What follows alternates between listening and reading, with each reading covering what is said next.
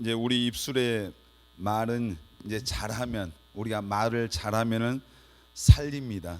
사람을 살리고, 또 잘하면은 우리 입술이 말이 사람을 흥하게도 하고, 또 축복의 기능도 하고 기쁨의 기능도 있고, 말이 여러 이런 좋은 기능들이 있어요. 근데 말은 잘못하면은 죽이는 거죠.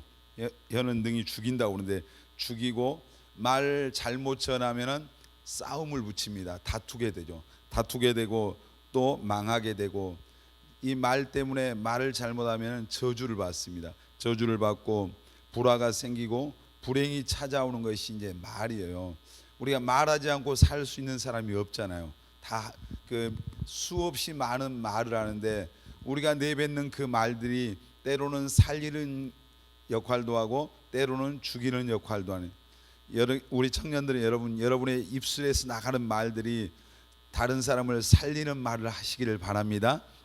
제일 놀라운 살리는 말이 혹시 뭔지 아세요? 혹시 알아요? 갑자기 문제를, 복음입니다. 복음. 복음은 사람을 살립니다. 크게 아멘요. 아멘. 오늘 날이 비가 오니까 아주 이상한 것 같아요. 전부 다 대한민국 만세 삼창을 하고 할까요? 좀 목소리를 크게 하고, 축 처져서 지금 장맛비에다 지금 벌써 찌들린 것 같아요.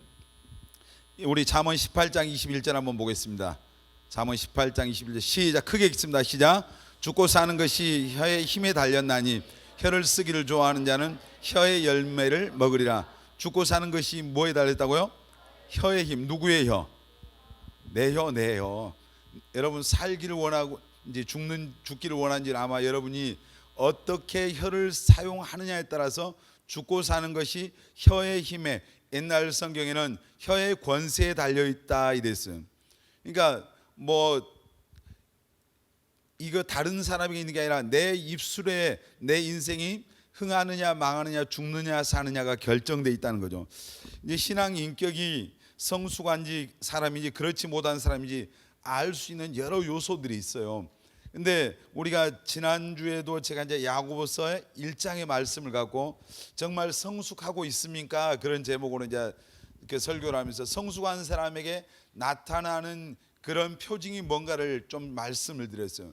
근데 우리가 신앙 성숙함의 그 가장 잘 알 수 있는 부분 가운데, 이 사람이 신앙이 성숙한 사람이구나, 아직도 교회를 오랫동안 다니지만은 아직도 신앙이 너무 어리구나, 이것을 어떻게 알 수 있어요? 여러 가지가 있지만은 오늘 본문 말씀 혹시 감 잡으셨습니까? 뭘 보면 알 수 있는 거요? 그 사람들의 언어 생활, 여러분들이 우리가 사용하는 언어 생활이 어떠한지를 보면은 내가 신앙 인격이 얼마나 성숙한 사람인지, 아직 어린 사람인지 스스로 내가 말할 수 있는 거예요. 교회를 오랫동안 다녀서 우리가 많은 신앙에 대한, 성경에 대한 지식을 가질 수 있어요. 굉장히 많이 알 수 있잖아요. 근데 내가 안다고 하는 그 신앙의 지식이 나를 성숙한 사람이라고 할 수 있는 결정적인 증거는 못 돼요. 굉장히 중요한 것 가운데 하나가, 우리가 신앙의 성숙함의 정도를 정말 잘 알 수 있는 것은 우리의 말. 그래서 이 성경을 기록한 야고보 이 사도는 이 야고보서를 통해서 이 전체적으로 이제 이 야고보 성경에서 우리에게 지금 이야기하려고 하는 가장 중요한 핵심적인 주제가 뭐냐면 성숙함이거든요. 이것을 온전한 사람이다 이렇게 표현했어요. 온전하다는 말과 성숙하다는 말은 같은 말이에요. 그래서 야고보서 전체 계속해서 이 야고보 사도가 이제 그 편지를 받는 수신자들에게 이제 강조하고 싶었던 것은, 너희들 지금 정말 성숙한 사람이 되고 있느냐, 얼마나 성숙하고 있느냐, 지금 이걸 얘기하려고. 그런데 그 가운데 하나가 이제 우리 입술의 그 말이다, 말. 언어다, 언어. 여러분, 오늘 본문은 우리들의 말 한마디가 얼마나 두려운 결과, 다시 말해서 화를 가져다 줄 수도 있고 또 복을 가져다 줄 수, 축복을 가져다 줄 수 있는가에 대한 그 이야기를 좀 하고 있습니다. 저는 이 시간 이 성숙함의 척도, 바로 언어에 대해서 이 말씀을 함께 나누려고 합니다. 먼저 본문에서 우리의 혀를 잘못 사용하면은, 다시 말해서 함부로 되는 대로 감정 그냥 쏟아져 나오는 대로 사용하면은 어떤 화를 당하게 되는가를 말씀하고 있습니다. 자, 5절 한번 읽어보겠습니다. 다시 한번 5절 같이 읽습니다. 이와 같이 혀도 작은 지체로 된 큰 것을 자랑하도다. 보라, 얼마나 작은 불이 얼마나 많은 나무를 태우는가. 자, 여기 보면은 이 작은 불이 나옵니다. 불. 이 작은 불이 얼마나 많은 나무를 태우는가. 이 작은 불이 뭐란 얘기요? 우리의 혀란 얘기입니다. 여러분, 우리 모두의 혀가 지금 작은 불이라는, 이 작은 불이 얼마나 많은 불을 태우냐는 얘기죠. 올해 이제 강원도에서 큰 산불이 일어나서 아주 오랫동안 잘 갖고 오는 그런 살림, 아름다운 그런 자연이 엄청나게 많이 훼손됐어요. 그래서 사람들이 뭐 집도 타고 이제 여러 가지 피해를 많이 봤는데, 이 그 어마어마한 피해를 낼 때 불이 처음부터 그렇게 큰 불이 아니었거든요. 아주 작은 불, 예를 들어서 담배꽁초에서 시작된 불, 전기감 그것에서 누전에서 시작되는 불, 아주 작은 불이 온 산을 다 태워버리는 그런 엄청난 결과를 가지고, 지금 이제 이 말씀에서 이 작은 불이 우리 혀인데, 우리 혀가 혀를 잘못 사용하면은 엄청나게 이제 부정적인 파급 효과를 가져올 수 있다는 얘기예요. 여러분, 그리고 6절 한번 읽어보겠습니다. 6절 계속 읽습니다. 혀는 곧 불이요 불의의 세계라. 혀는 우리 지체 중에서 온 몸을 더럽히고 삶의 수레바퀴를 불사르나니 그 사르는 것이 지옥불에서 나느니라. 그대로 놔둬보세요. 자, 여기서 보는 혀가 뭐라고요? 불이다. 불. 여기서 말하는 불은 혀고 혀는 불이요. 불인데 이 불이, 혀는 불이요 불의의 세계라. 혀는 우리 지체 중에서 온 몸을 더럽히고, 말로 우리를 더럽히는 거예요. 더러운 말하면 우리가 더러운 사람이다. 더럽히고 삶의 수레바퀴를 불사르네. 이 삶의 수레바퀴가 뭘까요? 우리 인생을 말하는, 인생을 우리가 부정적인 말, 잘못된 말은 우리의 인생을 불살라서 그 사르는 것이 결국은 뭐라고요? 지옥불에서 나느니라. 자, 성경의 지옥은 심판을 얘기해요. 심판. 예수 안 믿는 사람들이 마지막 가는 곳이 지옥이죠. 어떤 가장 무서운 심판인데, 이 말을 잘못하게 되면은 결국 그것으로 인해서 인생이 무너지고 불행과 고통이 찾아오고 그 말대로 내 인생이 심판받는 것처럼 그렇게 된다, 그런 얘기입니다. 그러니까 말 한마디가 굉장히 지금 중요한데, 이 말의 부정적인 지금 부분을 얘기하고 있는 거죠. 자, 7절 한번 보겠습니다. 같이 읽겠습니다.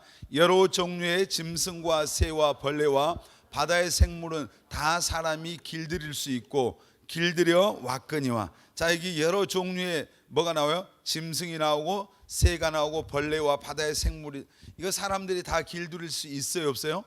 있습니다. 아무리 그 사나운 호랑이 사자도 그 사육사들이 잘 훈련시켜 놓으면 아주 고분고분하잖아요. 아주 시키는 대로 합니다. 근데 만일 그놈들이 어느 날 열받아서 그 우리를 뛰쳐나오면 사람들이 굉장히 두려워합니다. 만일 걔들한테 이제 걸리면 이제 다치니까요. 근데 사육사들이 야생 동물은 길들이기 위해서 이제 3장에 보니까 이 야생 말을 길들이기 위해서 입에다가 재갈을 물려놓고, 왜 재갈을 물냐면 순종하도록 하기 위해서 그런다, 그렇게 얘기합니다. 그래서 이 야생 동물, 이렇게 아주 굉장히 난폭하고 또 그냥 자기 마음대로 이렇게 살아가는 야생 동물도 길을 들일 수가 있는데, 이제 사람의 혀는 길들이기가 참 어렵다. 경험적으로 한번 생각해 보세요. 여러분의 혀는 잘 길들여지던가요? 이게 좋은 말 해야 되겠다, 긍정적인 이야기 해야 되겠다, 정말 칭찬만 해야지, 사랑의 언어를 써야지, 믿음의 말을 써야지, 이런데 우리 입술이 이제 길이 잘 안 들여질 때가 많아요. 그냥 열받으면 그걸 절제를 못하고 막 입에서 막 나가는 거죠.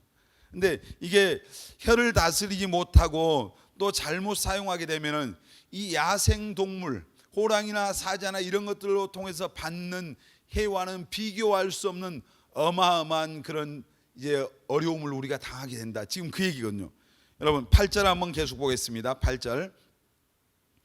자, 같이 읽습니다. 혀는 능히 길들일 사람이 없나니 쉬지 아니하는 악이요 죽이는 독이 가득한 것이라. 자, 혀는 길들여지지 않는 것이 혀다, 이랬어요.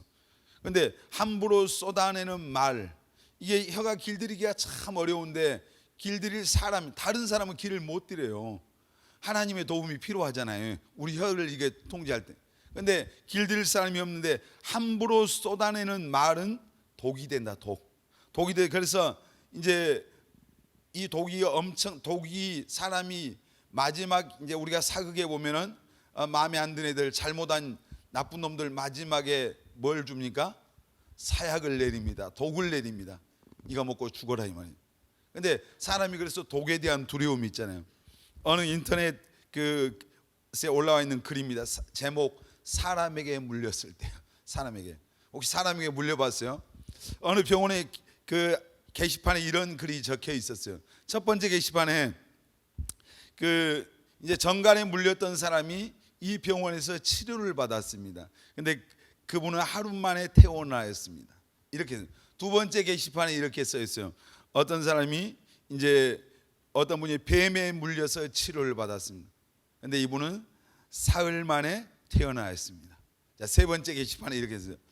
어떤 사람이 미친 개에 물렸습니다. 이 사람 며칠 만에 집에 갈 것 같아요?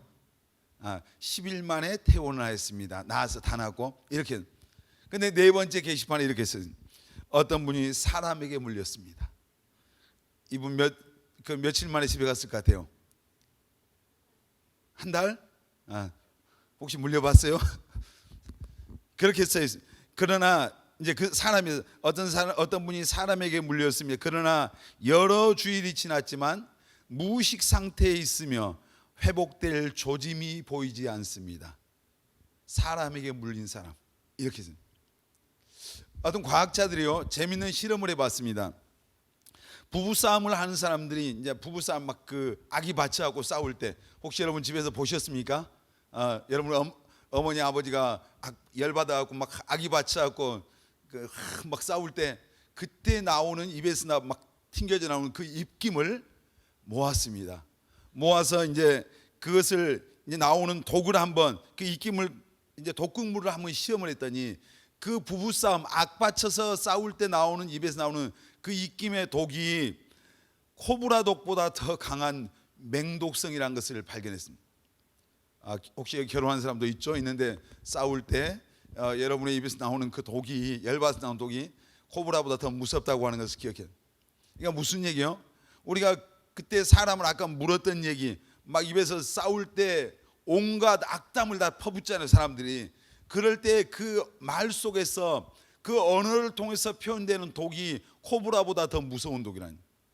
그러니까 그래서 성경이 뭐예요? 죽고 사는 것이 혀에 달렸다니. 혀가 엄청나게 무서운 거예요. 여러분 우리가 로마서 3장 13절에 보면 저희 그래서 목구멍은 열린 무덤이요 그의 혀로는 속임을 베풀며 그 입술에는 독사의 독이 있고 이렇게 표현했어요. 하나님이 실험해 보셨던가 봐. 그 사람에게 우리 안에 독사의 독이 있다고 성경에 기록되어 있어요. 그러니까 이거 열받아서 막 이렇게 뿜어낼 때 여러분의 입에서 뭐가 나가는 거예요? 독이 나가는. 독사의 독보다 더 코브라 독보다 더 무서운 독이 나가는 거예요. 그 독이 나가니까 사람을 죽이는 거예요. 그 말을 그 입에서 그냥 악담을 쏟아내고 막 감정적인 말을 쏟아낼 때 사람을 죽이는 겁니다. 살리는 여러분들 되시길 바랍니다. 크게요 아멘. 자 이번에 오늘 야고보서에 보면은 우리 혀를 통해서 잘 사용하면은 이제 받는 축복에 대해서 어떤 유익이 있냐. 우리 이제 이 말씀에 보면은 어떤 게 있냐면 3장 2절 말씀 한번 읽어보세요. 3장 2절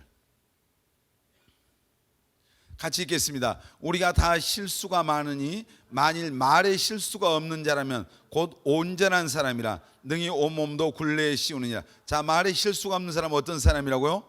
온전한 사람. 제가 서두에도 말씀드렸습니다. 온전하단 말과 무슨 말이 같다고요? 성숙하단 말. 그러니까 말에 실수가 없는 사람은 어떤 사람이에요?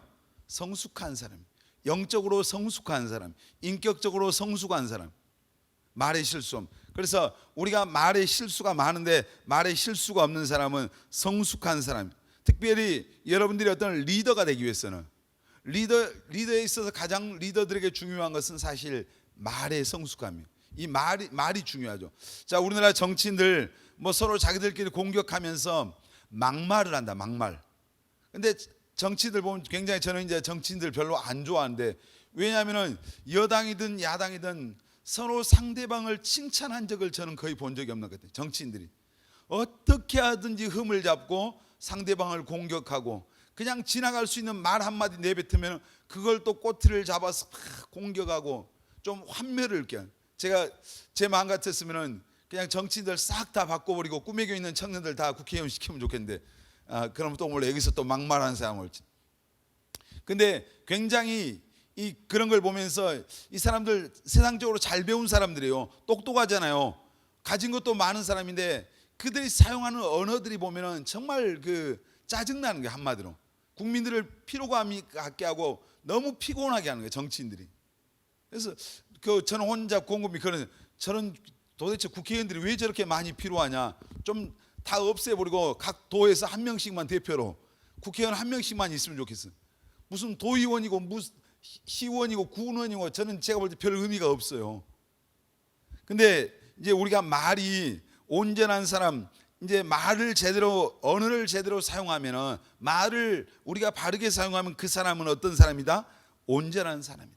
성숙한 사람. 그래서 혀를 다스리는 것이 내 몸, 나를 다스리는 핵심적인 열쇠입니다. 왜냐하면 내가 너 죽여버려 하면 가서 사람을 죽이잖아요. 너 가만 안 둔다고 하면 행동하는 거예요. 내가 널 사랑한다는데 그 사람을 죽일 수 있어요? 너를 축복한다는데 내가 그 사람을 때릴 수 있냐는 얘기죠. 너 가만 안 두겠어? 죽여버리겠어? 막말하고 말을 험하게 하니까 그럼 내 몸을 거기로 끌고 가는 거잖아요. 그러니까 굉장히 우리 혀를 다스리는 것이 여러분 자신을, 나를 다스리는 가장 중요한 키예요, 키. 여러분의 입술을 잘 다스리시기를 예수님의 이름으로 축원합니다. 아멘. 말의, 언어의 인격자들이 되시길 바랍니다. 저도 집에서 가끔 어떤 이야기를 하다가, 제가 어떤 이야기를 하면, 물론 집에서 욕 안 하죠. 욕 안 하는데 하면은 어떤 표현하는 부분에 있어서 제가 지적을 당해요. 저한테 지적할 사람이 딱 한 명밖에 없죠, 우리 집에서. 근데 그런 말 쓰지 말라, 뭐 이런 표현을 제가 가끔씩 듣는데, 굉장히 언어 생활이 중요하죠. 여러분, 우리가 말을 잘 사용하면은 그 사람이 인격자가 됩니다. 근데 말을 함부로 쓰면은 아무리 많이 배웠더라도, 아무리 가진 것 많고 사회적인 명성이 있더라도 그 사람은 인격자가 될 수가 없습니다. 여러분, 가진 것 없어도, 많이 배운 것 없어도, 여러분이 정말 이제 하나님이 기뻐하는 언어 사용을 함으로 하나님이 인정해 주는 성숙한 사람들 되시길 바랍니다. 아멘. 특별히 리더들은 더 여러분들이 리더들 위에 위치해 있는 사람들은 그게 더 중요하죠. 자, 우리 9절 한번 보겠습니다. 자, 같이 읽을까요? 이것으로 우리가 주 아버지를 찬송하고 또 이것으로 하나님의 형상대로 지음을 받은 사람을 저주하는. 이것이 뭐예요? 이것으로 우리가 주 아버지를 찬송하고, 이거 뭡니까? 우리 입술 아니면 혀. 오늘 찬양했잖아요. 찬양할 때 오늘 은혜 받았어요? 하여튼 찬양하면 찬양의 은혜가 있어야 되죠. 우리 희암이 형제가 찬양을 잘하네. 나는 애원이만 잘하는 줄 알았는데. 근데 이 찬송, 우리가 이것으로 주님을 찬송하고 또 이것으로 사람을 저주한, 이것이 뭐냐면은 우리의 혀란 말이에요. 하나님의 형상대로 지음을 받은 사람을 저주하는. 여러분, 사람은 절대로 저주하지 맙시다. 아멘. 축복만 합시다. 자, 축복 그냥 구체적으로 하라면 어려우니까 옆 사람 보면서 형제님, 자매님, 주님의 이름으로 축복합니다. 자매님한테 형제님이라고 말하면 안 되죠. 근데 여러분, 저주하지 말라는. 그래서 우리가 하나님을 찬양할 때 이 찬양을 통해서 하나님이 찬양을 통해서 우리에게 주시는 놀라운 은혜가 있습니다. 아멘입니까? 찬양할 때 우리가 하나님을 높이고 찬양하고, 다시 말해서 찬양은 곡조가 있는 하나님 앞에 그 고백이잖아요. 그러니까 꼭 뭐 곡조에 맞춰서 하는 게 아니라, 이 찬양이라고 하는 것은 우리 삶에서, 우리 언어 생활에 있어서 하나님의 은혜를 생각하면서 늘 감사하는 삶을 말하기도 하죠. 여러분, 정말 어떤 상황 속에서도 감사하시기를 바랍니다. 아멘. 감사하면은 놀라운 일이 일어나잖아요. 오늘 아무리 힘들어도 주님 감사합니다 하면은 그 힘든 삶이 이제 계속해서 힘들어 있는 그대로 머물러 있는 게 아니라 하나님이 변화시키는 거예요. 제가 지난주에 이번 주 중에 그 어느 목사님의 설교를 듣다가 한 영상을 봤어요. 영상을 봤는데 40살, 40살 먹은 결혼하지 않는 한 자매가 직장암으로 이제 그 직장암 말기에서 40살에 그 생애를 이제 마감하기 직전에 그 자매가 나와서 간증하는 그 내용이 그 설교 속에 있었어요. 근데 이 자매가 원래 모태 신앙이었는데 그 처음에는 이제 신앙에 어떤 열정도 없었는데 어느 날 하나님께서 그 은혜를 주셔가지고 전도를 하기 시작을 했어요. 전도를 하기 시작했는데 굉장히 공부도 잘하고 서울대 나왔더라고요. 서울대 나왔는데 학원에서 나중에 그 학원 선생님이 되는데 그냥 선생님이 아니라 스타 강사 있잖아요. 뭐 아주 엄청나게 잘 나가는 그런 이제 스타 강사가 됐어요. 그래서 이분이 전도하면서 한 영혼이 주님 앞에 돌아오는 게 너무너무 행복한 거예요. 그 은혜를, 그 기쁨을 누리면서 전도하는데 나중에 그 학원 선생님을 하면서 그 그룹 아이들을 매일같이 불러서 밥을 사주면서 그들에게 복음을 전하니까 얘들이 전부 다 예수 믿는 거예요. 다 거의 다 예수를 믿었대요. 그러면서 하나님 앞에 기도하는데 어느 날 하나님께서 자기 마음속에 선교사로 너 가지 않을래 하는 그런 마음을 주셨어요. 그래서 이제 자기 담임 목사님한테 가서 목사님 제가 선교사가 되고 싶습니다. 그런데 신학 공부를 먼저 해야 되겠다면서 미국에 가서 하고 싶다고. 그래서 소개시켜 주라니까 그 목사님이 이제 미국에 있는 신학대학을 소개를 시켜줘서 거기 가서 3년 과정을 하는데 2학년 1학기까지 마치고 이제 6개월은 목회 실습을 해야 된대요. 근데 자기는 한국에 와서 자기 모교에 와서 하고 싶었던 거예요. 그리고 이제 와서 전도사로 임명을 받고 병원에 가서 건강검진했는데 직장암 말기라는 거예요. 말기인데 의사가 그냥 빨리 수술을 했는데 그래서 물어봤어요. 선생님 수술을 하면 얼마 삽니까? 1년이에요. 그럼 수술 안 하면요? 그러니까 6개월에 했어요. 근데 이 자매가 그 자리에서 의사 선생님한테 의사 선생님 언젠가 우리는 이 땅을 떠납니다. 예수 믿으세요. 거기서 복음을 전했어요. 복음을 전하면 저는 수술 안 합니다. 안 하고 그분이 만나는 사람들마다 이제 복음을 전하면서 이제 많은 사람들을 주님 앞으로 인도하기 시작했는데 다른 사람들이 충격을 받을 정도로 그 자매가 제가 정말 좀 더 먼저 알았으면 참 좋았을 거 아니에요. 그 자매를 알고 교회들 특별히 청년에서 초청을 많이 했는가 봐요. 근데 그 자매가 가서 간증을 하고 나면은 그 청년애가 완전 뒤집혔다고 그러더라고요. 충격을 받은 거예요. 도전을 받은 거예요. 왜냐하면 말기 암 환자가 어떻게 저렇게 살 수 있을까? 하나님 앞에 감사하면서 정말 자기에게 베풀으신 은혜와 사랑을 고백하면서 또 예수를 전하는 그 모습을 보면서 사람들이 감동을 안 할 수가 없는.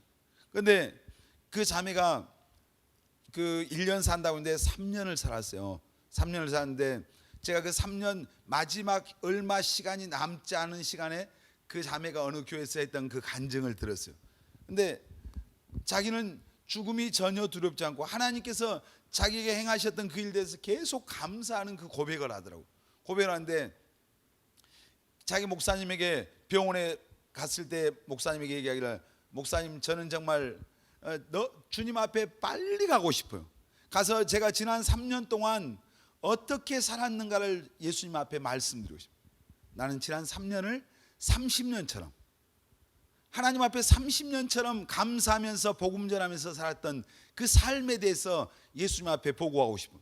근데 그 자매가 마지막 임종하면서 옆에서 이제 성도들이 예배드리면서 내 구주 예수를 더욱 사랑 그 찬송을 하는데 그 자매가 손을 들면서 할렐루야 하면서 이제 갔다 오래요.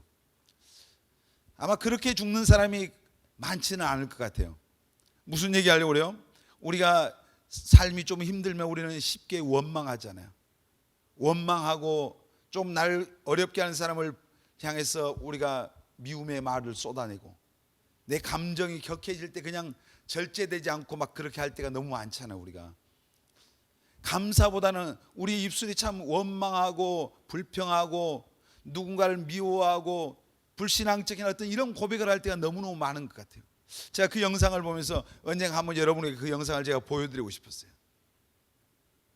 그러면서 제 자신을 이렇게 돌아보게 되는데 여러분 정말 우리의 이 혀가 죽이기도 하고 살리기도 하는데 우리가 이 혀의 유익이 뭐예요? 축복이 우리가 감사할 때요, 이 우리의 입술을, 이 언어를 통해서 우리의 인생에 놀라운 축복이 임하는 것입니다. 아멘.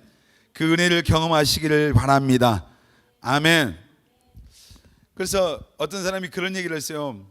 교회 가운데서 가장 은혜가 많은 곳이 어디냐? 여러분, 어디가 은혜가 가장 많을까요? 교회에서?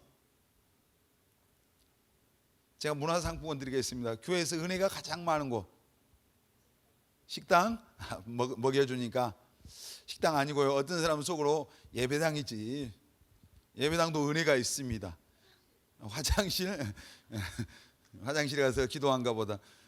저는 군대 생활 과거에 30개월 하면서 가장 은혜가 됐던 곳이 저는 사실 화장실이었거든요. 왜냐하면 화장실 속에서 성경을, 저는 그 신약 성경을 화장실 속에서 30개월 동안 오독을 했어요. 엄청나게 많이 읽었어요. 볼일 볼 때 성경을 갖고 항상 가서 보면서 그 신약 성경만 제가 5번 읽었던 것 같아요. 근데 교회에서 가장 은혜가 많은 곳은 주차장이래요. 왜 주차장에 은혜가 많냐면은 예배 때 우리가 은혜를 받잖아요. 은혜 받으시길 바랍니다. 아멘. 예배 때 성도들이 은혜를 받고 가서 주차장에다 은혜를 쏟아버려요. 누가 차를 삐딱하게 세우고 자기 차 옆에다 세워놓고 하여튼 나가면서 누가 열받게 하고 뭐 하니까 입술로 다 쏟아내는 곳이, 은혜를 다 쏟는 곳이 주차장이 돼요. 굉장히 일리가 있잖아요. 그래서 주차장에 은혜가 가장 많대요. 이따가 혹시 은혜를 덜 받은 사람은 주차장에 비를 맞으면서 은혜를 좀 더 받으시길 바랍니다. 무슨 얘기예요? 예배당에 와서 찬양하면서 말씀 들으면서 기도하면서 은혜 받았는데 나가면서 조금 누가 나 어렵게 하고 속상하게 하고 힘들게 한다면 다 쏟아내는 곳이 주차장이라는 얘기죠. 여러분, 받은 은혜 입술을 지키면 쏟아내지 않는 거잖아요. 그러니까 우리가 혀를 잘 지켜야 됩니다. 아멘. 여러분, 우리가 이제 이 혀를 잘 사용하면 어떤 축복을 받아요? 우리 사람이 바뀌어요. 12절 한번 보겠습니다. 12절 같이 읽겠습니다. 내 형제들아, 어찌 무화과나무가 감람 열매를, 포도나무가 무화과나무 열매를 맺겠느냐? 이와 같이 짠물이 단물을 내지 못하느니라. 자, 무화과나무에서 감람 열매를 낼 수 없죠. 포도나무에서 무화과나무를 맺을 수가 없어요. 우리가 열매가 중요한데 그 나무가 더 중요하다는 얘기예요. 나무가 어떤 나무냐 이거죠. 나무가 누구예요? 우리잖아요. 오늘 나죠, 나. 그게 무슨 말입니까? 이 좋은 열매를 맺으려면 좋은 나무가 돼야 돼요. 사실 우리가 좋은 언어를 사용하고 축복의 언어를 사용하려면 우리가 먼저 사실 바뀌어야 되는데, 근데 좋은 말들, 언어들을 잘 골라서 사용을 하면은 또 내가 바뀌는 겁니다. 사람이 바뀌어요. 늘 사랑합니다, 사랑합니다, 감사합니다 하는데 이 사람이 못된 짓 하겠어요? 제가 전에 그런 얘기했어요. 직장생활 과거에 청년 때 제가 5년 할 때, 그때 직장의 한 동료가 하루에 10번 20번 만나서 무슨 얘기하면 항상 그분 말 끝에가 항상 감사합니다 했어요. 항상 감사합니다. 얼굴에 항상 화나 그분은. 근데 뭐 하여튼 모든 어떤 상황 속에서도 그분이 감사합니다. 그분 예수 믿었게요, 안 믿었게요? 예수 믿는 사람이더라고요. 하여튼 저는 그때 굉장히 좀 까칠한 시절이었거든요. 근데 그분을 보면서 많이 도전을 받고 많이 배웠어요. 여러분도 입을 열면은 감사하시길 바랍니다. 감사. 우리가 짜증난 일 있잖아요. 그럼에도 불구하고 여러분 감사합니다. 주님 감사합니다. 저 친구가 열받게 해도 주님 감사합니다. 이렇게 내가 의식적으로 노력하면은 바뀌는 거죠. 우리의 혀는 언어를 잘 사용하면은 사람이 바뀝니다. 그리고 민수기 14장 28절 우리 너무너무 잘 아는 말씀이죠. 같이 한번 보겠습니다. 시작. 그들에게 이르기를 여호와의 말씀에 내 삶을 두고 맹세하노라. 너희 말이 내 귀에 들린 대로 내가 너희에게 행하리라. 우리 언어 사용을 잘하면은 내 인생이 바뀝니다. 아멘. 사람이 바뀔 뿐만 아니라 내 삶 전체가 바뀌는 거예요. 니들 말이 내 귀에 들린 대로 하나님이 행하시겠다 했잖아요. 날마다 인생 그냥 여러분 세상 말로 종치기를 원하면은 종치는 얘기만 하세요. 잘 되길 원하시면 여러분 잘 되는 얘기 하시길 바랍니다. 아멘입니까? 너희 말이, 누구 말이? 내 말이, 옆에 있는 형제 자매 말이 아니라 내 말이 누구 귀에? 하나님의 귀에 들린 대로 하나님이 행하시겠다. 아멘입니까? 하나님이 하실 수 있는 딱 하나가 있죠. 뭘 못하셔요? 거짓말하실 수 없는 하나님. 그러니까 여러분, 상황을 보고 내 어떤 감정, 느낌, 이것에 따라 그냥 입을 함부로 열지 말고, 여러분 정말 아무리 힘들어도 여러분의 입술을 잘 지키시기를 예수님의 이름으로 축복합니다. 여러분, 그렇다면 우리가 어떻게 우리의 혀가 축복의 그 어떤 수단으로, 통로로 쓰임 받을 수 있을까요? 어떻게 해야 우리가 이 입술이 바뀔 것 같아요? 자, 우리 고린도후서 5장 17절 보겠습니다. 시작. 그런즉 누구든지 그리스도 안에 있으면 새로운 피조물이라, 이전 것은 지나갔으니 보라 새 것이 되었도다. 자, 누구든지 그리스도 안에 있으면 새로운 피조물이라. 다시 말해서 무슨 얘기요? 예수를 믿어야 한다. 여러분, 예수님을 믿으십니까? 정말로 믿으십니까? 인격적으로 믿으십니까? 자, 에베소서 말씀 보겠습니다. 4장 24절 시작. 하나님을 따라 의와 진리의 거룩함으로 지으심을 받은 새 사람을 입으라. 새 사람을 입어야 됩니다. 아멘. 근데 그리스도 안에 있으면 새 사람이다, 헌 사람이다? 새 사람이다. 새로운 피조물이다. 하나님을 따라 의와 진리의 거룩함으로 지으심을 받은 새 사람이 되어야 내 안에서 새로운 언어가 나오는 줄 믿습니다. 아멘. 새 사람이 돼야 돼. 내 안에 예수님이 계셔야 돼. 먼저. 아멘. 예수님이 내 안에, 그분이, 예수님을 우리가 정말 내 안에 영접하고 예수님을 내 인생의 주인으로 모실 때 우리의 혀가 변화가 오기 시작해요. 자, 그런데 우리가 예수 믿어도 속으로 어떤 사람이, 야, 예수 믿는 어떤 형제님, 자매님, 나는 예수 믿는데 왜 이 혀가 잘 안 변하냐, 그런 얘기 아마 하는 사람이 있을 거예요. 지난번에 누가 그래요, 저한테. 예배 시간에, 우리 청년 예배 시간에 화장실을 갔는데, 화장실 안에 누가 문이 잠겨 있는데 그 문장 그 속에서 엄청난 막 욕을 누가 하더라고 그래요. 욕을. 그래서 화장실 안에 누가 있겠어요? 자기 혼자 있겠죠. 혼자 있는데 하여튼 왜 어디다 벽에다 대고 욕을 했는지, 영안이 열려서 마귀 새끼를 봤는지 그건 잘 몰라요. 근데 욕을 막 엄청나요. 그래서 충격을 받았대요. 교회 안에서, 교회 화장실도 거룩한데 화장실 안에서. 근데 왜 욕했는지는 이제 당사자에게 물어봐야 되겠지만, 아무튼 욕을 하더라고요. 이게 뭐예요? 우리가 예수 믿는 사람들도 이 언어가요, 훈련되지 않으면은 이게 다른 사람에게 덕을 못 끼치는. 자, 믿음의 성경에 보면은 신앙의 단계가 나와요. 믿음의 덕을, 그래, 덕을. 자, 예수 믿고 우리에게 가장 중요한 게 뭐예요? 믿음이에요, 믿음. 금보다 은보다 더 중요한 게 믿음이라고 하잖아요. 여러분, 믿음이 있기를 바랍니다. 아멘. 기왕이면 큰 믿음 가져야 돼요. 아멘. 근데 믿음만 있으면 되냐? 그게 아니에요. 믿음의 덕을, 나 믿음 혼자 충만하고 나만 그냥 하나님 앞에 잘 살면 되는 게 아니란 말이에요. 우리는 우리 공동체란 말이에요. 교회라고 하는 공동체, 직장에 가면 직장의 공동체, 가정에 가면 가정의 공동체, 이 사회에 나가면 또 공동체잖아요. 나 혼자 사는 게 아니에요. 우리예요, 우리. 그래서 내가 아무리 난 믿음 좋습니다, 나 혼자 믿음 좋고 하나님 앞에 나 혼자 떳떳하면 되지, 이것은 굉장히 이기적이고 신앙의 수준이 어린 거예요. 다른 사람을 배려할 수 있어야 됩니다. 아멘. 그게 덕이에요, 덕.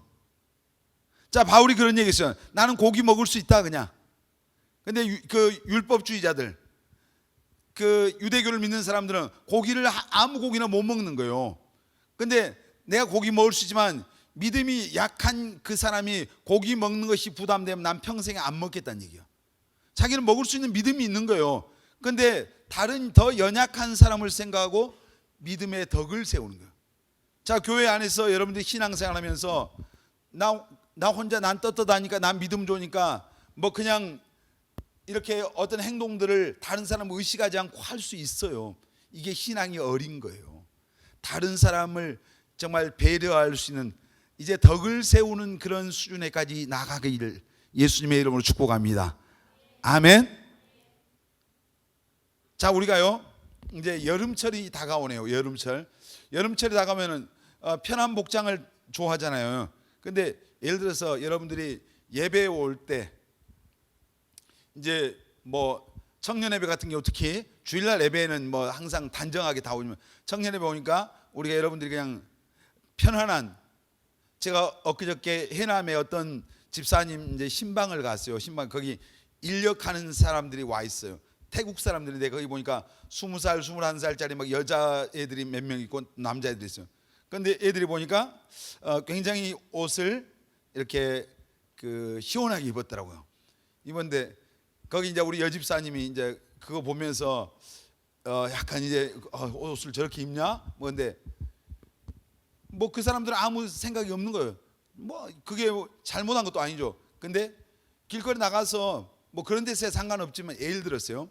여러분들 교회에 오는데 그 예를 들어 여기까지 참 반바지를 입고 왔어요. 예를 들면 그러면은 예를 들어 나는 괜찮아요. 자유할 수 있어요. 근데 다른 사람, 믿음이 약한 사람들, 예를 들어서 우리 여기 전수연이가 그 아주 그냥 야하게 옷을 입고 오면은 여기 애찬이가 전수연이한테 눈이 갈까 안 갈까? 전수연이가 생각할 때 고개를 끄덕끄덕. 나는 저 의미를 좀, 남자들 눈이 가죠? 왜 말을 안 해? 공정훈 형제한테 뭐래요? 공정훈 형제 눈이 가죠? 수연이한테는 안 간답니다. 상당히 그 거짓말을 회개해야 되거든. 수연이 기분 나쁘게 말이야. 근데 공정훈이가 전 굉장히 착하기만 한 줄 알았더니 오늘 그 100% 신뢰할 수가 없네요. 근데 이 본능이란 말, 본능. 그게 나쁘다가 아니에요. 보이는 거 보는데 그게 죄예요. 근데 사람이 보는 걸로 인해서 죄가 그 생각이 틈을 탄다는 얘기예요. 그래서 보세요. 하와가 선악과를 바라볼 때 바라본 게 죄예요, 아니에요? 죄 아니에요. 예를 들어서 길거리 멋있는 남자가 지나가 우리 자매들이 쳐다봤어. 그게 죄예요? 아니, 멋있으니까 한번 봐준 거예요. 봐주는데 그게 죄는 아닌데 선악과를 보는데 거기에 이제 먹고 싶은 욕심을 갖기 시작할 때 그때부터 문제가 생기는 거잖아요. 마귀가 충동질할 때 그래서 결국 먹음으로 말미암아 그게 뭐예요? 죄를 범하고 마는 거예요. 돌이킬 수 없는 결과를 가져요. 그러니까 여러분들이 제가 이제 그 여름이 되고 갑자기 지금 생각이 났어요. 옷에 대한 얘기 있지만 여러분들이 예를 들어서 그래서 성경에 보면은 우리가 예수 믿는 사람들에게 그 기준이 어딘지는 여러분들이 판단해야 되겠지만 이제 여자들에게 아담하고 단정하게 이런 표현이 나와요. 그러니까 아담하고 단정하단 말이 무슨 한복 입고 다니는 표현은 아니잖아요. 무슨 망토 뒤집어 쓰라는 얘기는 아니에요. 우리가 어떤 누가 봐도 그냥 이렇게 어떤 세련되고 또 예쁘게 이렇게 어떤 우리 표현을 하자면 그런 표현을 쓰면 되겠죠. 뭐 예를 들어서 형제들이 자매들 형제들 교회 올 때 그냥 편한 복장으로 가자. 예를 들어서 예배 오면서 반바지 입고 나시티 입고 형제들이 스레바를 끌고 왔어요.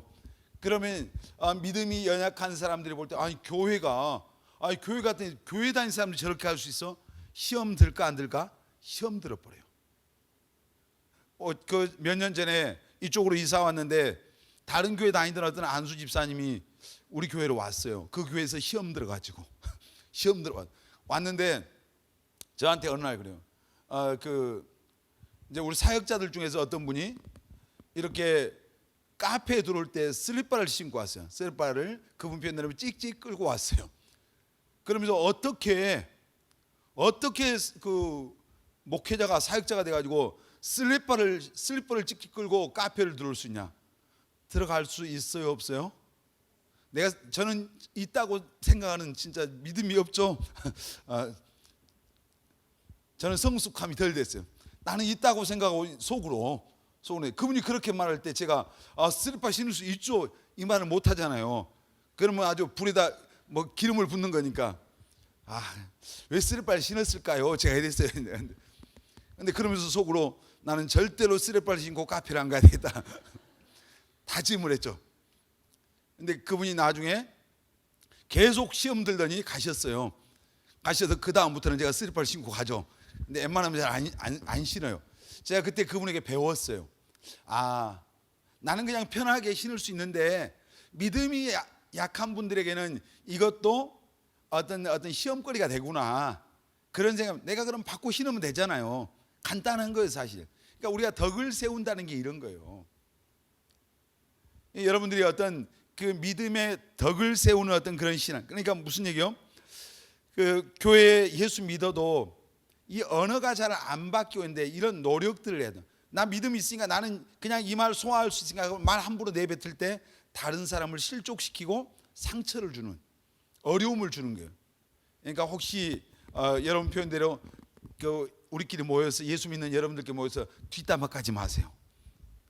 어떤 형제가 어때 자매가 하면 뒤에 가서 그런 얘기하죠. 난 제일 싫어하는 사람 가운데 옆에 사람 있는데 귀에다 말하는 사람 싫어합니다. 아마 축복하는 말 거의 안 할 거예요. 귀에다 말하면은.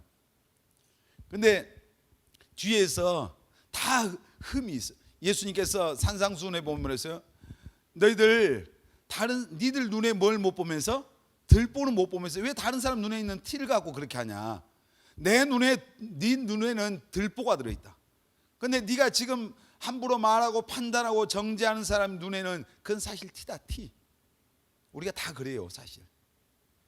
저라고 다르겠습니까? 저도 그럴 때가 많은 것 같아요. 내 눈에 들보를 보지 못하고 다른 사람 눈에 있는 그 티를 보면서 아주 막 부풀려서 큰 바위덩어리 만들어가지고 막 그럴 때가 있잖아요.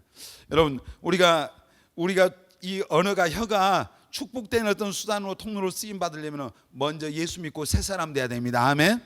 그리고 노력해야 돼요. 노력. 언어를 바꾸려는 노력을 해야 돼요. 예수 믿는 사람들 욕합니까? 안 합니까? 왜 말을 안 합니까? 여러분 욕합니까? 안 합니까? 제가 군대 훈련소에 갔을 때요, 조교가 한 달 내내 하는 욕이 있더라고요. 제가 여기서 그 말 못합니다. 그래서 속으로 진짜 욕 듣기가 너무 싫었어요. 근데 제가 이제 훈련소를 마치고 자대를 들어가서 한 달쯤 됐는데 거기 자대 갔는데 축구를 하는데 전반전 2시간 후반전 2시간 이렇게 했어요. 근데 그 고참들이 거기는 표준어가 욕이더라고요. 하여튼 뭔 새끼야 계속 뭐 누가 없어 다 새끼, 무슨 소새끼 말새끼 계속 새끼들밖에. 한 달이 지났는데 어느 날 쫄병이 들어왔는데 그 쫄병이 열받게 한데 제 입에서 그냥 그 X자가 팍 튀어나가요. 제가 그날 굉장히 충격받았습니다. 내 입에서도 이게 나갈 수 있구나. 근데 훈련소에서 한 달 내내 들었던 그 얘기였거든요. 그 욕이었거든요. 그 욕이 그냥 어떤 상황이 되니까 입에서 튀어나가더라고요. 그래서 그때 제 자신에 대해서 좀 많이 실망하고 좀 이제 그랬던 적이 있었어요. 근데 아마 우리 꿈의 교회 다닌 청년들은 웬만하면 욕하는 사람이 없었으면 좋겠어요 제가. 근데 저같이 그렇게 열받았을 때 갑자기 튀어나온다. 아직 온전하지가 못한 거죠. 우리가 어떤 너무나 성숙함이 부족하다는 얘기예요. 물론 교회 안에서 교회 예배 시간에 욕하는 사람은 없죠. 왜냐하면 예배 시간에 욕하다가 하늘에서 불이 내려올지 모르니까. 근데 문제는 우리가 주차장에 가서 욕을 하고 예배당 이 교회 정문을 나가면서 욕을 한다는 얘기죠. 욕을 하고 무단 횡단을 하면서 욕을 하고 차 운전하면서 끼어들면 막 이게 욕이 나가고. 그 사람 어떤 사람인가 운전하는 데 보면 운전할 때 어떤 사람이 끼어들어올 때 이 교회 다니는 집사님들도 형제 자매들도 입에서 막 거친 소리가 나갈 수가 있더라고요. 옆에 누가 있는 걸 갑자기 의식이 안 되니까. 여러분 우리 옆에는 항상 주님이 계십니다. 아멘. 노력을 해야 노력을. 그러니까 이제는 여러분 더러운 말 악한 말 대신에 여러분 선한 말 하십시오. 덕이 되는 말을 사용하시려고 노력하시길 바랍니다. 아멘. 거짓말하지 말고. 예수 믿는 사람들 거짓말하는 사람들 많아요. 옆 사람 우리 한번 얼굴 보면서 거짓말하지 맙시다. 참말만 합시다. 진실한 말 하시길 바랍니다. 아멘. 눈 하나 그냥 깜빡 안 하면서 거짓말하는 사람들이 있어요. 성경에 보면 거짓말하는 사람들 어디 간다겠어요? 지옥 간다고 나와요. 굉장히 이게 심각한 말이에요 사실. 거짓말. 그러니까 물론 거짓말 한 번 했다고 지옥 가겠냐, 이제 이런 사람 이럴 수 있죠. 근데 그만큼 우리가 참말을 하고 진실한 말 언어가 바뀌어야 됩니다. 아멘. 크게 아멘. 우리가 이 우리의 입술이 언어가 축복의 수단이 되고 통로가 되려면요, 이제 예수를 믿고 새 사람이 돼야 되고 언어를 바꾸도록 노력해야 됩니다. 아멘. 혹시 어제까지 아니 오늘 예배 오기까지 그냥 욕이 그냥 튀어나가는 사람 있습니까? 여러분의 입술을 지키시길 바랍니다. 아멘. 그리고 그 입에서 악한 말, 독한 말, 저주하는 말, 비방하는 말, 다른 사람 미워하는 말, 이런 말 나오면 여러분이 회개해야 됩니다. 아멘. 회개해야 돼 사실. 그리고 우리가 중요한 게 뭐예요? 성령의 충만함을 받아야 돼. 옆 사람 보면서 성령 충만 받읍시다. 다시 한번 성령 충만 받읍시다. 자, 오순절 날요, 마가다락방에서 간절히 기도하다 성령이 임했어요. 성령이 임하니까 하나님이 어디를 제일 먼저 변화시켜 버렸죠? 입을 바꿔 놨어요. 입이 막 다른 나라 말, 언어가 바뀌기 시작했어요. 말이 이사야 6장에 보면은 이사야가 하나님 앞에 이제 부름에 응하는 그런 내용이 나와요. 내가 누구를 보내면 누가 나를 위해 갈 거 할 때 이사야가 주님 내가 여기 있습니다. 나를 보내주세요. 그러기 전에 천사가 화로에서 불을 갖다가 입을 지져요. 입을. 무슨 말이에요? 입술에 변화가 왔. 변화. 그 불이 뭐겠어요? 사람의 불이 아니라 성령의 불이. 성령 충만하면 언어가 바뀝니다. 아멘. 그러니까 여러분 우리가 성령 충만해야 되겠습니다. 아멘. 성령 충만하면 언어가 무슨 말이에요? 성령에 민감해지는 거예요. 성령 충만한 사람은 내가 내 입에서 악한 말이 나오고 더러운 말이 나오고 미워하는 말이 나오고 비방하는 말이 나오려고 할 때 성령이 안에서 근심하기 시작해요. 그 성령이 그래서 민감해지니까 내 입술을 지켜낼 수가 있는 거예요. 여러분 우리 에베소 4장 30절 보겠습니다. 크게 읽습니다. 시작. 하나님의 성령을 근심하게 하지 말라. 너희가 구원의 날까지 인치심을 받았느니라. 아멘. 우리가 말 함부로 하면 누가 근심해요? 성령께서 근심합니다. 하나님이 근심하신다는 얘기예요. 그러니까 우리가 성령 충만함을 받아야 성령이 근심하구나, 싫어하시구나 이걸 안다 이거예요. 여러분 정말 성령 충만 받는 청년들 되시길 바랍니다. 아멘. 성령 충만 받으면 막 무슨 난리 법석을 피우는 게 아니, 이게 중요한 게 아니라 열매로 나타나는 거예요. 열매로 막 성령 받았어요. 팔딱팔딱 뛰고 뒹굴고, 이것은 현상. 결국은 그 성령 충만한 성령의 열매가 나타나야 되는데 이 입술을 통해서 나타나야 됩니다. 아멘. 성령 충만 받은 사람 뭐예요? 말이 달라져요. 말이 함부로 악한 말, 더러운 말, 추한 말, 비판하고 엄마하고 미워하고 이런 말 안 한다는 얘기예요. 여러분 오늘 우리가 성숙함, 이 신앙적으로 성숙함의 척도가 뭐라고? 오늘 주제가 언어입니다. 언어. 한번 오늘 우리 자신들을 한번 돌아보는 시간 됐으면 좋겠습니다. 난 정말 얼마나 내가 믿음 좋은 걸로 생각했는데 내가 어떤 지금 언어의 수준이 어느 정도인가를 보면은 여러분이 성숙한 사람인지 아직도 여전히 어린아이요 갓난애 같은 그런 수준에 있는지를 알 수가 있어요. 여러분들의 언어가 바뀌고, 그래서 정말 성숙함에 이른 온전하게 되는 우리 꿈의 교회 모든 청년들이 되시기를 예수님의 이름으로 축원합니다.